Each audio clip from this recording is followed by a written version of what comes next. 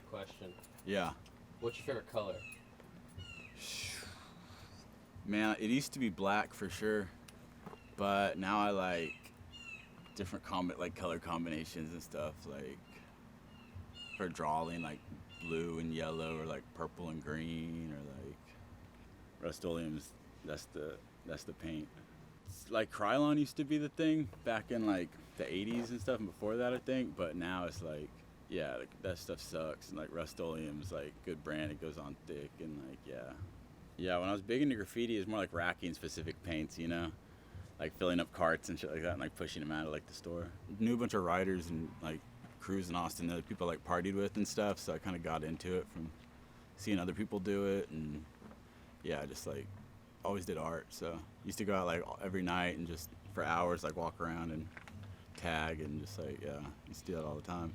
It just like to relieve stress and shit, just like to get out of whatever stressful situation I was in. So I just like, you know, walk around the streets. I'd run into like, you know, you go paint from like 2 a.m. to like 4 a.m. and stuff. So it's really like, you know, just like wandering the streets at night pretty much. But since they closed down Castle Hill, it's like lame. There's no like good spots to go and chill at, you know? Yeah, there's not much of a graffiti scene here. It's like a bunch of independent people like just writing and stuff. There's no like graffiti crews really that like get together and like kind of, you know, bring each other up. Now I work now. I can't afford to just stay up all night and walk around. And yeah, I had a buddy that built a lot of decks, and he'd like get my help every like a couple times a week. And yeah, just like that stuff's pretty straightforward for me. So I just like learned from like, you know, seeing other people do it. And then yeah, I started doing it myself, working for other home builders and, you know, like local Austin like remodelers, and, you know, just wanted to do what they do because it's like I don't know, it's a nice trade. You get to work with your hands and like improve people's houses and stuff. So yeah, I don't know. I only play it because it's like fun to me, you know. And like if I didn't have fun playing, I probably wouldn't play it. But it's just cool to try to like, you know.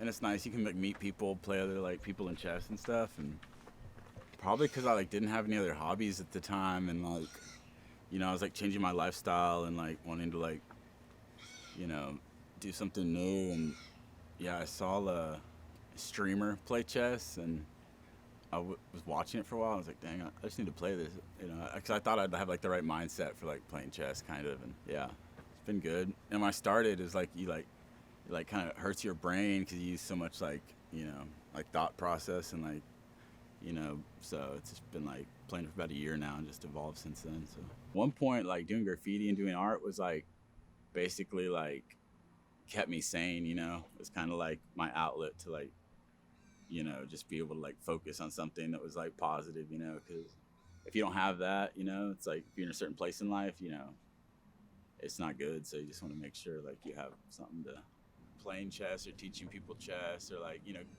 getting some people into it and like they're like, oh, this is really fun, like I enjoy this. Like, oh cool, yeah, glad you could like share that same experience that I had when I started playing. So You think you'll teach your son how to play chess? oh, for sure, yeah, I'm teach him everything I know how to do. We went to the skate park last week, and yeah, as soon as I think he's old enough to like not just like throw the pieces and stuff, I'll definitely like try to get him into chess, and I just try to like do what I can in my like community, in my little area, you know, try to make that positive, create order in my, dig out your order within the chaotic universe, kind of, you know. Ever since I saw that movie There'll Be Blood with Daniel Day-Lewis, I was like, oh man, I have to. I grew a mustache ever since then. I've kept it ever since then. I always had like different hair. Like when I was young, I had like a tri-hawk, and like, yeah, I always like having like cool hair. And a while back, I had a mullet for a while.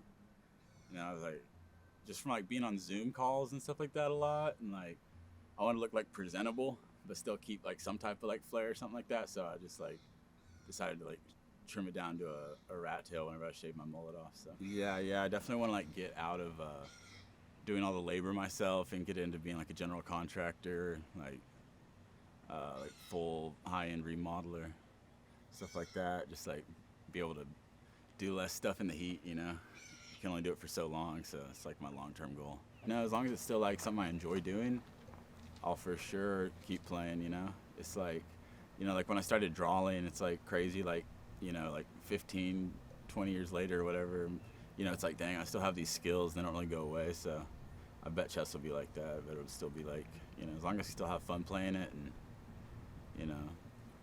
Yeah, my name is Gavin Imberson. Born and raised in Austin, and yeah, just live out here. Sweet. Thank you.